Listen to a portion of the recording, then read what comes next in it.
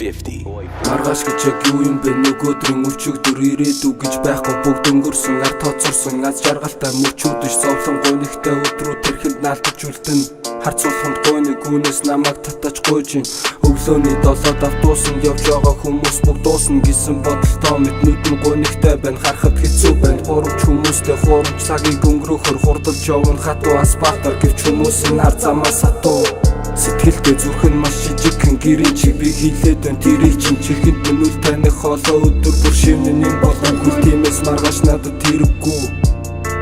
маргааш байсан ч надад нэмэргүй ганцаардлаас ганцаараа гэдгээ мэдрэхээс дахиад зүрх шархалхаас шархлуулахаас энийгэнд гомдохоос энийгний гомдоохоос ажил бүгдийг ойлгосон надад бол хангалттай би энцэг сэтгэлийг тэнхээ алах тиймээс хэмжээндээ амьдралаа би орондоо тийжилж байна энэ бүх өвдөлт мэдрэмжүүд намайг зовоож байна яг л X шиг мэдэрч байна үглийн хэвтэр твтэж босоо өхөлтэй огтлолцож өнгөрсөн амьдралаа бодон гашуудлын нулимс чимээг уурсгаж байна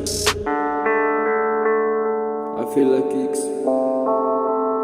don't feel like me.